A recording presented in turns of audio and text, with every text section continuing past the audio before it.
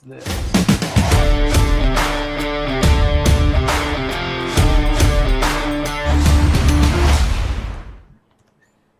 is up, everybody? Welcome to Football Diehards. We have week 15 here. I'm going to go through the player pool. This week is going to be crazy. I feel like a lot is going to change from today all the way up till Sunday. So when we come back on Sunday, we'll touch on what has changed, and I feel like it's going to be a lot. But right now, we're going to go through our players position by position. I'm here with Jamie. Jamie, what is up? How was your week 14?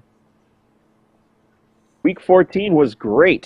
Got cashed in all the, 100% of my double ups, more than 75% of my head-to-heads on both sites, and took a couple of GPPs. So it was a successful week. We got COVID messing us up this week. How did you do in week 14? Yeah, I thought it was going to be great. I was sitting in second place in my single entry at halftime of the Chargers game. Guyton just got a big touchdown. I was winning 3K. I had Mike Williams, Guyton, and Eckler, and I thought I have a good chance of taking this down. And then all of a sudden, Eckler gets hurt. That was what did it there. And then also Mike Williams and Guyton didn't do much in the second half. So still finished 75th, which is not horrible, but I was kind of hoping for a takedown there. But maybe get it this week. It's been 2 really good weeks in a row for me, though. Nice, yeah, and I think if we, can kind of stay on top of things with all the COVID stuff that's going on, which we'll try and wade through as much as possible today and get into a lot on Sunday. But I think we can stay on top of that. We can stay ahead of the field, and help our listeners stay ahead of the field as well. Yep, for sure. But I say we get right into it. We'll start with the quarterbacks as always. So up top, we have Josh Allen, who is 8,100, Kyler Murray, 7,900, Aaron Rodgers, 7,500, Lamar Jackson, 7,200, and Matthew Stafford, 7,000. Up in this top range, who are you looking to play? At quarterback this week, quarterback's all over the place for me kind of this week. But, the first one that I'm looking at above the others on this high range is Josh Allen. We saw him on full display in that Bills-Bucks game as we had hoped we would. And the thing with him is that he's accounted for such a heavy percentage of his team's touchdowns, whether through the air or on the ground. They still don't have a running game, and they're playing a very strong run defense in Carolina with an absolute must-win for them. I expect they're going to have the ball in his hands. The majority of the time this game, he threw 54 passes against Tampa Bay. I don't think we see that, but this is a game that they have to win, and he is their biggest playmaker. The only thing to keep in mind on him is that he's banged up. I don't think he's going to miss the game here though. But he would be the one that I would spend all the way up for if I was. Yeah, I think Josh Allen's in a great spot here. 8,100, the most expensive. I like him a lot. Going down 200 more, I think Kyler Murray is really interesting. It's a phenomenal matchup against Detroit. The big thing with Murray, though, is he's going to be missing DeAndre Hopkins. I think Hopkins out for the rest of the year, right? So, that could definitely potentially hurt him. But, again, great matchup against Detroit. So, yeah, Josh Allen up top, Kyler Murray, and then also Matthew Stafford was the other guy I was looking at 7,000. Going against Seattle here. Those are the 3 guys I'm kind of looking at. In terms of the ownership for those guys thus far on a Wednesday, Murray coming into the second highest owned, 12%. Matthew Stafford, the third highest owned, 9%. And then Josh Allen, the fourth highest owned at 9%. Do you like Stafford and Murray at all, or are you looking at somebody else in the range? Yeah, and honestly, if we had done this show earlier, before we heard the Hopkins news, I probably would have said him. But I do think that is enough to swing me the way of Allen, and also just this resurgence of James Conner, where Kyler Murray has not needed to run as much just because Conner has been so effective for them this year. And it's against Detroit, which is the team you target running backs against. So that's kind of the only reason I would rank Allen ahead of Murray. But I mean, you're right. He's a great play this week as well. Yeah, definitely a good point. But we'll keep moving down a little bit. So, yeah, like you said, all over the place for quarterback, because there's guys I like up top, there's guys I like in the middle range, and there's guys I like below. But in the mid-range, we have Jalen Hurts. He is 6,600. Dak Prescott, 6,500. Russell Wilson, 64. Joe Burrow, 61. Tannehill, 59. Jimmy Garoppolo, 58. Tua, 57. Big Ben, 56. And then Bridgewater, 55. Out of that little bunch there, who you liking? I really like Dak this week, and the ownership is. Actually a little surprised at our early ownership. It's showing him as the highest owned. I'm not surprised, but I am like at 6,500 against my Giants, who are crumbling. They're as free falling. Probably you could make the argument they're the worst team in football now. And they have not had a pass rush for the last few years. The same is true this year. They're 29th in pressure rate. He's going to have clean pockets all day long in that game. Leonard Williams is now the latest Giant that's gonna leave, and he was the last. He was the last pass rusher on this team. So I mean, he's Prescott's going to be upright this entire game. For them, it's a game they got to win as well. So, I mean, you're looking at a guy who scored 11 points last week, 12 the week before, um, erupted against Las Vegas, but then 5 against Kansas City. It's tough that he's struggling so much with that floor, but I mean, I think this is the get right spot for him, and I think that's a really good price for him. So, early glance, I think he would be my cash quarterback. Yep, I think it's a good spot as well. 6,500, that just seems way too cheap, especially in a spot like this. He has not been this cheap since week one. I believe week one he was 6,200. So since then, we have not seen him this cheap until now. So yeah, I think Dak Prescott's in a good spot. Somebody else I like in this same range, 100 more. Jalen Hurts is interesting. Going against Washington, Washington has given it the most DraftKings points to opposing quarterbacks. Jalen Hurts, it looks like he is hurt, so he's limited. So if he does not play, then just never mind it. But we'll see what happens throughout the week. But yeah, Jalen Hurts, if he does play, I think he's in a pretty solid spot here. Did not have a good week last week against the Giants, but I do think this is a very good spot against Washington. Yeah, and I honestly, if I would have had guessed the ownership here, I I would have thought he was higher than he is right now. I mean, I guess it has to do with the injury, but I mean, I think if we get a clean bill of health for him going into this game, I think he's going to be a top two owned quarterback just for the matchup and the price tag. And choosing between him and Dak Prescott is going to be tough. Yeah, it's just such a great spot for both guys there. Going down a little bit, I think Tua is interesting going against the Jets. He's very cheap, 5,700. Another guy I was looking at down there. Any interest in some of these cheap guys? Him for sure. I mean, you have to be. Um, he's getting a bad rap, don't you think? Like, there's all these questions about how they don't know if he's the one there, but I mean, he hasn't really done anything to have the criticism that he's had this year. I mean, he's hyper efficient. The last 3 weeks, his completion percentage is over 80%. And he's throwing more passes now. Like the last 3 games, 33, 31, and 41 against the Giants last week. Um, it'll be interesting to see what happens with their running game here because a lot of them were dealing with COVID. I would assume they'd be cleared in time, but we don't know yet. And then the Jets are, one of the worst teams in the league defensively and as far as pass rate. They're 30th in quarterback hits, so he should be upright. He's got Devonte Parker back, who he loves to throw to. So I mean, I really like him as a value, and I wouldn't be opposed to going to him in cash. Yeah, I don't hate it. I mean, great stacking options, like you mentioned, pretty easy to stack it, and it's you're going to save a lot of salary doing so. So yeah, definitely on some Tua this week. Anybody else you like that's down on this range? Um, I mean, it's very early so far. I feel like we'll see stuff open up. You can't go with Cam Newton because he got benched last week, so who knows what's going to happen there.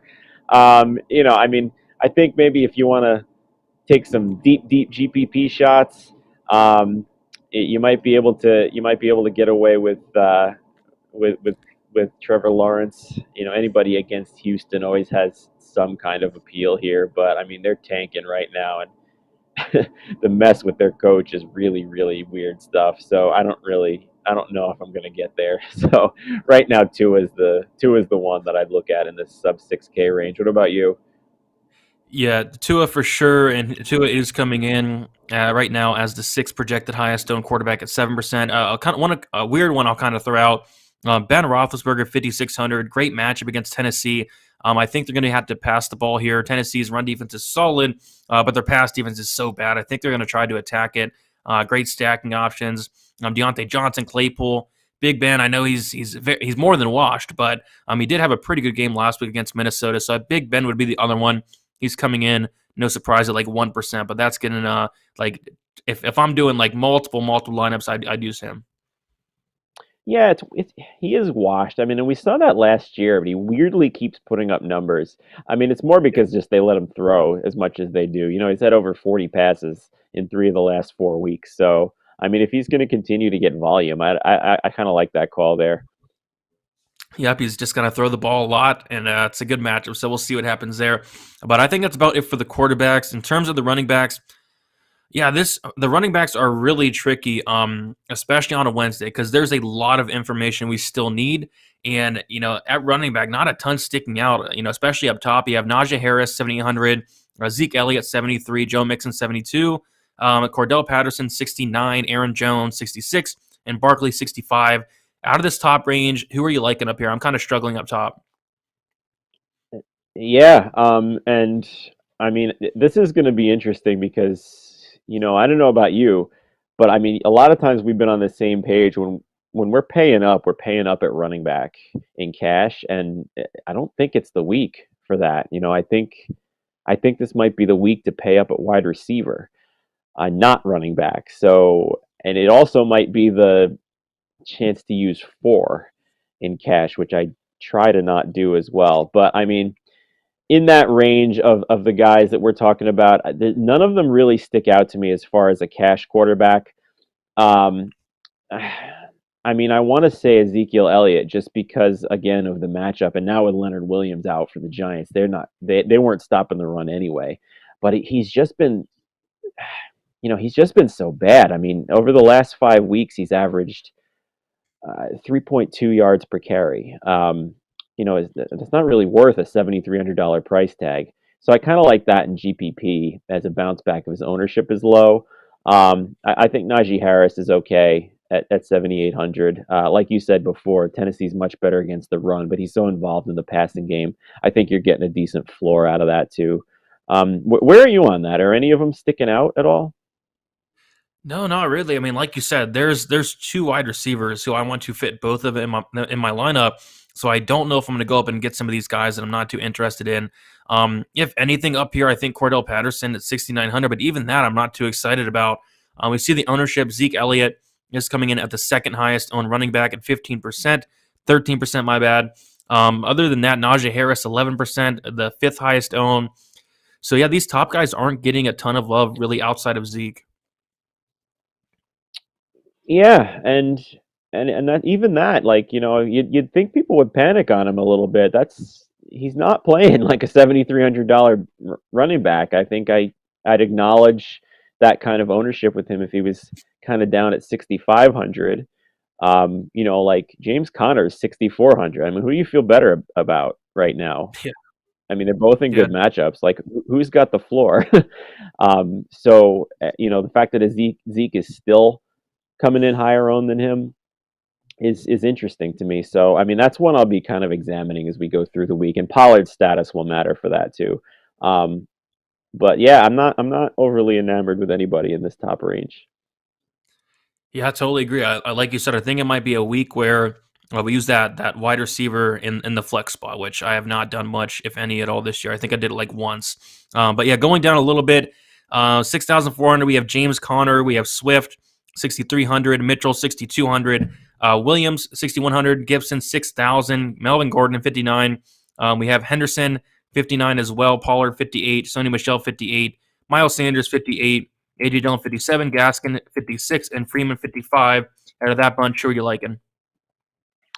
I mean, I want to say Connor, but we don't know if Chase Edmonds is going to be activated yet, and that matters big time for him because I mean Connor has done enough to to have earned the trust of everybody there, and he still gets the red zone targets. But I mean, he'll give up passing downs, which hurts his floor if Edmonds is active.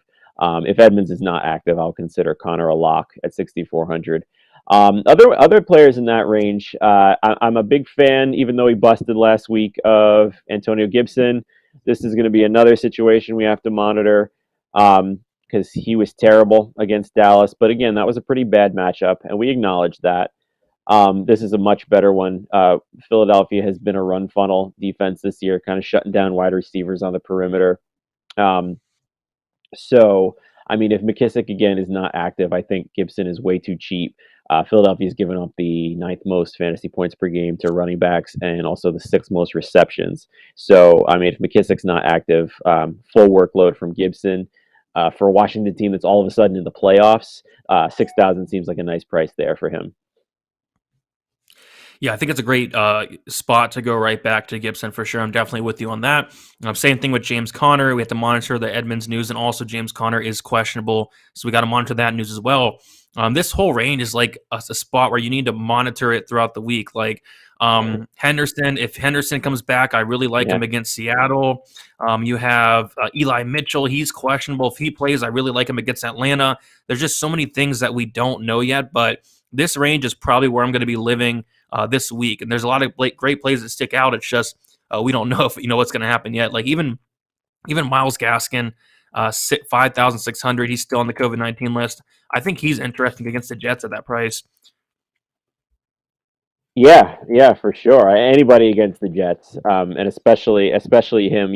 He kind of has taken over, even though he's not been the most efficient runner. He's taken over as the heavy volume guy there.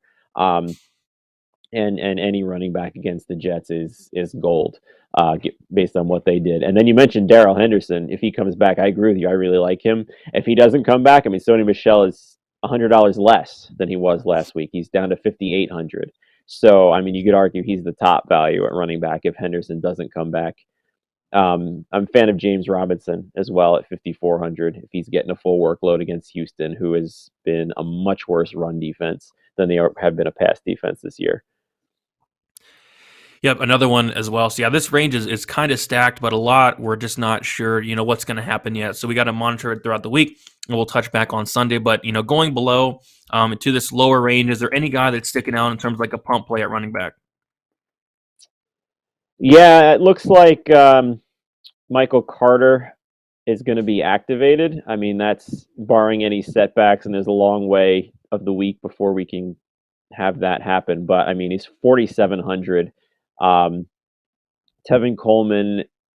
Oh well, I was about to say that he was not doing, but he's actually practicing in full. So he was a non-factor the last time when Carter was starting to ascend in this offense, and Miami has struggled against the run this year too, even though they've been better as of late. So I think that's a playable spot there. Anybody for you in that range? Yeah, same thing. It'd be Michael Carter. Yeah, I just want to take a look at his ownership. So this is going to change so much throughout the week. But right now, Eli Mitchell coming in as the highest projected owned running back. That's really interesting. Yeah, and I mean, against Atlanta, it's kind of hard to argue. I'm just kind of checking this to make sure because Hasty is. Oh no, he's still active. I thought he got hurt, but I've got mixing him up with somebody else.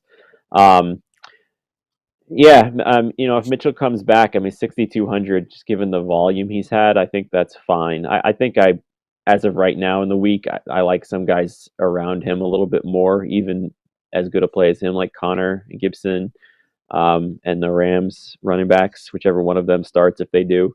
But I mean, I don't mind that call either. Yeah, I like Gibson's ownership right now. He's coming at the 11th highest owned running back, so it looks like people are off of him, but we'll see what the ownership is on a Sunday. But yeah, I think that's about it for running back. Just a very, very tough week as of now for running back, but I think it's going to clear up a little bit throughout the week. It is, and I mean, I'll transition us into the next thing. You had said that your early look is wanting to pay up for two wide receivers, and I'm very intrigued. I think I absolutely know who one of them is because it'll be the same, but I'm curious as to who the two are because that's been my plan as well, which is an unusual path for me. I always look for that mid-tier value at wide receiver, and pay up for the volume of rushes. So who are you looking at in that top tier at wide receiver? I'll kind of let you kick us off with that. Yeah, so my goal is, and I haven't tried to build lineups yet. I'm not going to try to until later in the week because of all the craziness going on. But my goal is to try to get Cooper Kupp and Devonte Adams in the same lineup. Yep, yep. That was what I was looking at myself. And I'll let you talk about them. I'll say right off the bat that if I have to pick one, it's absolutely going to be Cup, but that Yeah. has been my initial plan as well. So I'm excited to see if we can we can pull this off. Yeah, but that's why I'm hoping a lot of value does start to stick out. But yeah, Kupp projected to be the highest owned wide receiver, and rightfully so. I mean, this is a guy that arguably is probably too cheap at 9,000, coming in at 28% owned. Devonte Adams 17% owned as well. Yeah, both guys are phenomenal. I want to get both in my lineup. I think that would be a pretty good strategy this week. Yeah, and if you look, I mean, Cup is 9,000 and Adams is 8,900. Both of these guys have been in the mid 9,000s this year, and rightfully so as well. Neither matchup is outstanding with Seattle and Baltimore in the passing game, but it really doesn't matter for them. Cup, Cup has only had 1 week this entire season that he hasn't had double-digit targets, and he had 9 in that one. Um, and the Rams are one of these teams that are in the extreme COVID scenarios right now. They don't have a. I'm pretty sure they don't have Odell Beckham. I don't know if he's in that scenario where he can be cleared by the week. Maybe you can correct me on that one if I'm wrong, but I'm pretty sure he's not going to be playing this Sunday. So I mean, all that does is just heighten Cup's target floor, which is already an unbelievable rate that it was at. And Devonte Adams is the same thing. It doesn't. His route running and his chemistry with Rodgers is just beyond anything that any kind of corner can stop. So I mean, I'm with you. That's going to be what I want to try and get this week. Yep, totally agree. And like you said, the matchups aren't great, but I feel like both these guys are just matchup proof. I feel like it doesn't really matter who they play. They're going to go out there, get a ton of targets, and do really well. Up in that top range, I mean, a lot of guys stick out in this top range. I think Diggs is interesting. I think Deebo Samuel's very interesting, 8,200. One guy I really like is going to be Deante Johnson, 7,500, going against Tennessee. Tennessee's given up the second most DraftKings points to opposing wide receivers. And Deante Johnson, I feel like somebody that is typically very underrated. 10 targets in his last 5 or 6 weeks. Yeah, last 5 weeks is at least 10 targets. So great matchup for Deante Johnson. Anybody else outside of Cup and Adams you're liking up here? A lot sticks out. I know, and you've named all the guys that I've kind of like earmarked here. I think I'm probably going to wind up bypassing Diggs, as amazing as that sounds, because 7,700 is a screaming value for him.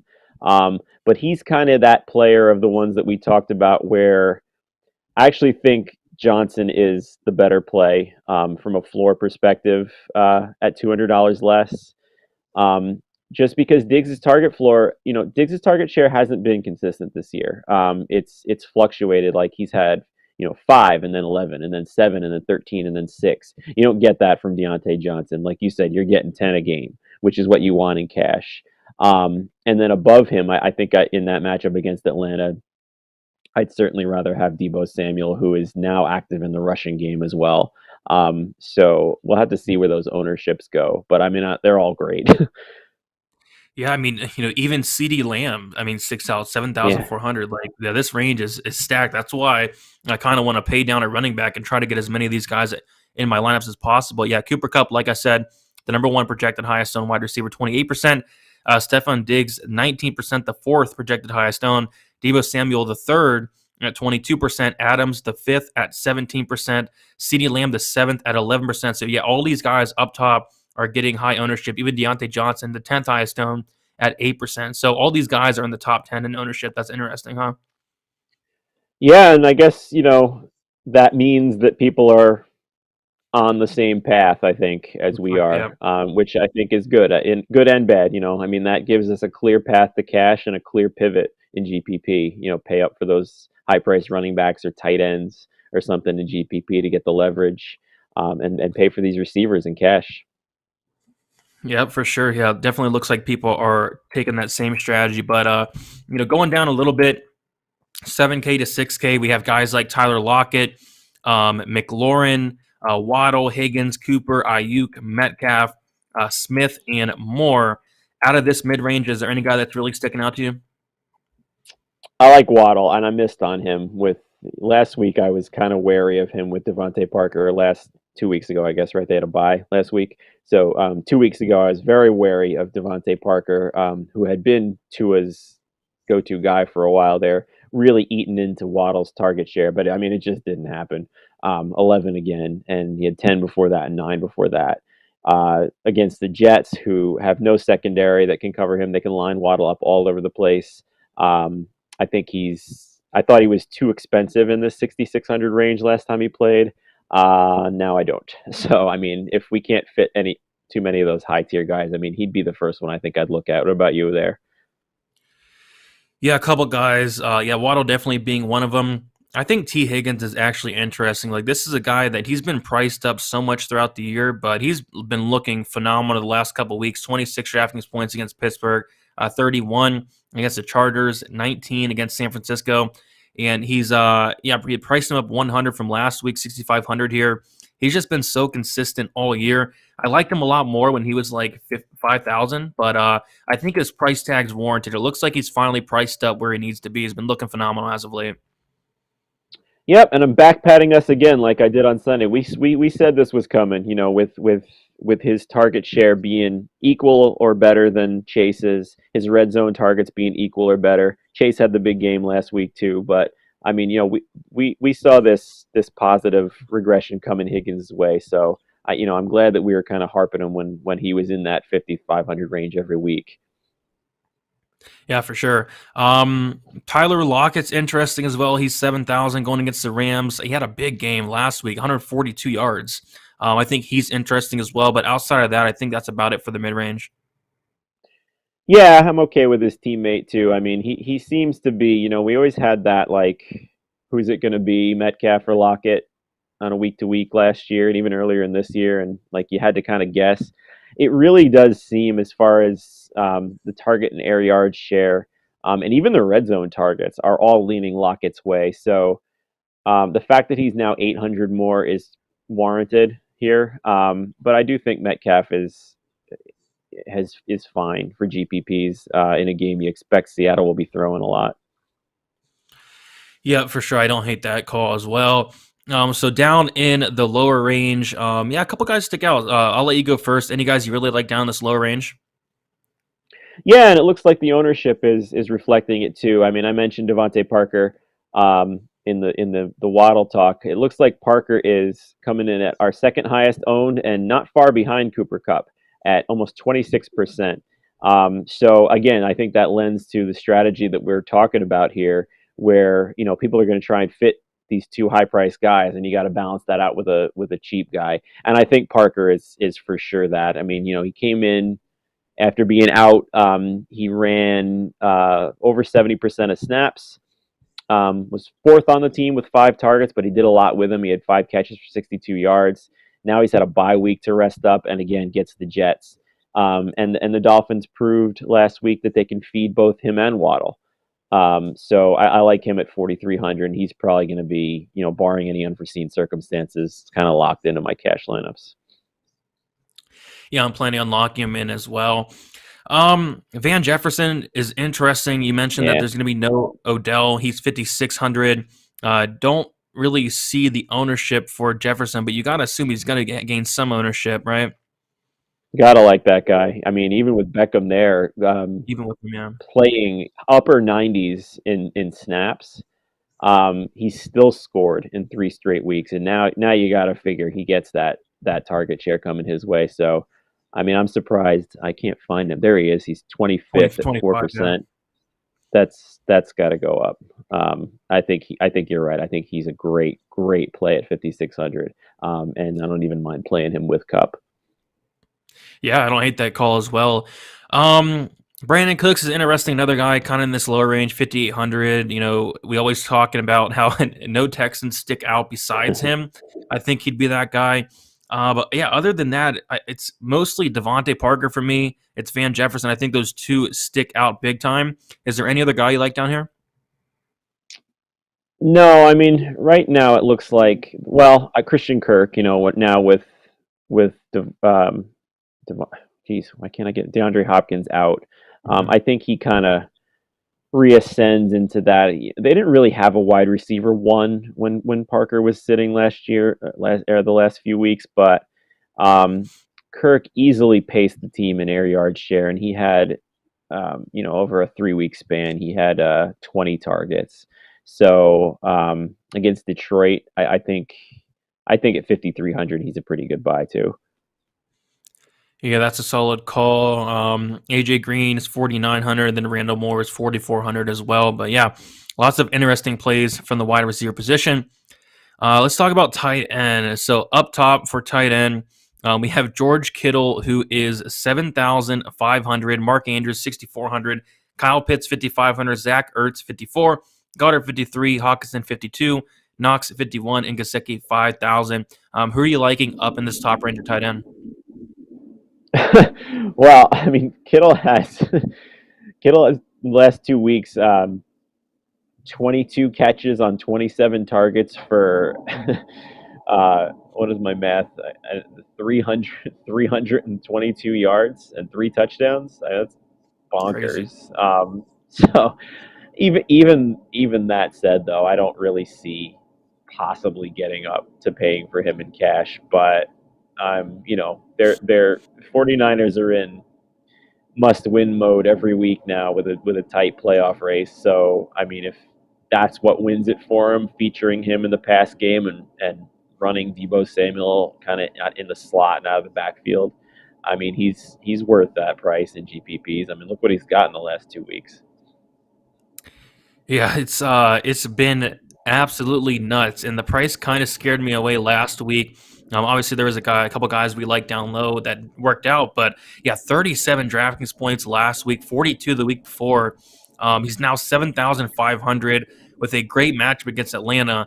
Yeah, if I was to pay up for tight end, it definitely would be Kittle, and he is coming in at the highest projected owned tight end at 11%, and rightfully so. I feel like a lot of people are going to be on him after his two monster games back to back. Yeah, and I'm just finding our ownership here. To me, it's just he is the most owned. It's just a bit too expensive for me. I mean, even with that output, with the volatility of the tight end position, I, I just think it's a better move most weeks just to pay down unless it's a crazy value. Like if he was at 6,500, that would be a bit different story. But I mean, I think I'd rather have a cheap tight end and Debo Samuel than like a crapshoot cheap wide receiver than when all those expensive guys we mentioned are such good spots. Pairing like a cheap guy instead of them with Kittle, I think the better move is the expensive wide receiver. Yeah, I'm definitely with you there. Dallas Goddard, another guy that stuck out in this top range for me going against Washington. But like you said, I'm looking to pay down at tight end. So we'll talk about the lower range at tight end. Are there guys that you're liking this week at the lower range? Well, yeah, I mean, we Higby was active. Tyler Higby was activated after missing was it the Monday night game or Sunday night game? Monday night game. Um, he was it was a false positive, so he wasn't sick. Just with the league rules, he had to sit. So he's another Ram player that with the Rams in such intensive protocols with all the people they have on the COVID list. Um, you have to figure that his target share stands to increase, and prior to that, it was very a low target share and air yard share. But he's playing nearly 100% of the snaps for the Rams. So 4,000, he's probably the cheap guy that I'm looking at right now. I'm kind of hoping we get something a little bit cheaper than that as the week goes on. You like Higby, and is there anyone cheaper that you're looking at?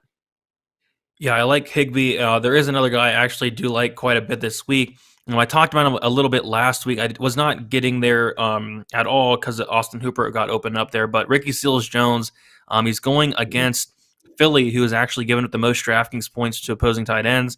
Last week did Yep. not have a good game at all. 4 targets, only 1 reception, but I think this is such a good matchup. They even priced him down 200 from last week. I think Ricky Seals-Jones is going to have a solid week this week. Ricky Seals-Jones was a guy a couple weeks ago where I was all over him and it was working out. I think I'm going to go back to him this week here. Yeah, and I don't think you can really look at his box score and call him a bust. I mean, Washington in general, Dallas's pass rush was They look good. insane. Um, finally getting all their guys. So really everybody on Washington busted. So I don't really think you can, judge him on that when picking your lineups. I mean, we could see Philadelphia's got a pass rush as well, so we could see something similar. But yeah, I like that at 3,400 as well, especially with the falling price tag. Yeah, and nobody's playing this week. Only 2% own the 16th highest owned tight end. Higbee the sixth at about 5%. But outside of that, I thought maybe Fryermuth could be interesting. But yeah, not a ton else sticks out at the bottom. Yeah, I'm okay with O'Shaughnessy. He's had 6 targets in back-to-back games. He hasn't done anything with them, but 3,200 for 6 targets is okay, and it's Houston who really doesn't stop anybody. So, I mean, he's involved, which which is kind of enough for that price tag. Yeah, I mean, I'll take 6 targets at 3,200 all day. So he was another guy Yeah, that I don't hate there. I But think yeah, I'd that's prefer Seals Jones for 200 more though. oh yeah, I agree. I agree. Defense last week, I forget who I played, but it definitely worked out. But anything that's really sticking out to you on defense this week? Any cheap guys you like or cheap defenses? I played I played the Texans defense last week in cash. It had -1. I still cashed pretty easily. So I mean, that kind of is validated, that you really don't need to spend in cash. I mean, that didn't do anything in the GPPs that I had my cash lineup in. But I mean, you don't need to spend as long as you pick the right skill players with their floors. That's enough for cash. The defense really doesn't matter so much, and actually, it's them that I think that I like again. Um, Going against Jacksonville at 2,800. Curious to see the ownership here as we're talking of who people are on. Oh, the Bills. Yeah, I guess so. Texans look like they're third, so people aren't scared off by getting obliterated by Seattle last week. So at 2,800, I mean that stands to be one that I could see using. And then even the other side of the ball, Jacksonville is their opponent is also 2,800. They're the home team. They had a worse pass rush though than Houston. So I think I'd lean Houston's way of those two if I was cheap. Where are you sitting? Are you with the ownership? Looks like the Bills at 3,100 and number one. Yeah, probably not going to. Yeah, I think the Bills are decent. But yeah, I do like the Texans and Jaguars, both of them at 2,800. Typically like to go as low as possible, but those actually really do stick out. Both have great matchups. Both are not the best defenses in the world, but I'm Yeah. not scared of the offenses they're playing. So it'll probably be those. Like, not much sticks out down below. I'm not playing the Panthers against Buffalo. I'm not playing the Lions against Arizona. Um, maybe the Jets against Miami, but I don't love that. I think the best move is probably just to play either the Jaguars or the Texans this week. Yep, but I will say if you need 300 to get that skill player that you want, just go down to the Jets. Yeah. It's really not it's really not like a game breaking thing for cash. GPP it might be, but I'm with you that the Jets would be viable as a cheaper option. How about the expensive range? Is there anyone you think worth going up to get? If there is, I probably won't get there. I've just this whole year. I think the most I paid for a defense was like 3,100 at the most. So, yeah, I think the Cardinals are great. Miami's probably a solid option, but yeah, I just don't see myself getting up there. No, I don't either, and you really don't need to. There's ownership on Miami for sure, but it's just not the move for me in cash to be spending on a defense when it's just such a volatile position. Like who had the Titans? Who had the Titans last week? They put up 20. Maybe we should have had the Titans against the Jaguars, but I think it was their price tag that kept me off Mhm. it. But I mean, they were single digit percent in GPPs just because of that. So you don't know which one's going to break the slate. Um, so it's just better to find the cheap one that fills your cash lineup that you don't think is going to disappoint you too much. Yep, exactly. Punt down so you can get Adams and Cup into the same Yeah, lineup, huh? yeah, that's it. That's the dream. Oh yeah, we'll see what happens there. But yeah, lots of stuff we need to look for throughout the week. We will come back on Sunday, 10 o'clock in the morning. But is there anything else you'd like to point out? What things are you looking for the most throughout the week? I mean, it's gonna be the COVID stuff for the most part. We've mentioned a few things so far. That Rams running back position, that's huge. Um, the rest of them, as we kind of pass by, are escaping me at the moment. Where are the Browns? Are they not on the main slate? I feel like I meant to talk about the Browns, but then we didn't. They must not be on the Yeah, main slate. yeah, I don't think they are. Okay, good, because they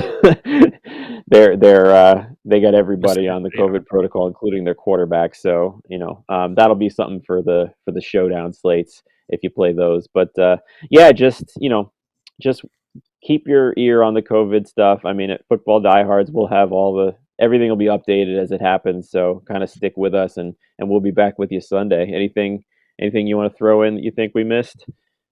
No, I think we covered about all of it. I'm just hoping that it's going to clear up, but I can't wait for the running back situations to kind of clear up. I know I'm going to target that mid range. I just need to find out who's going to play and who's not. It'll make it a lot easier. But yeah, we'll touch on that Sunday. Mhm. We'll touch on the ownership.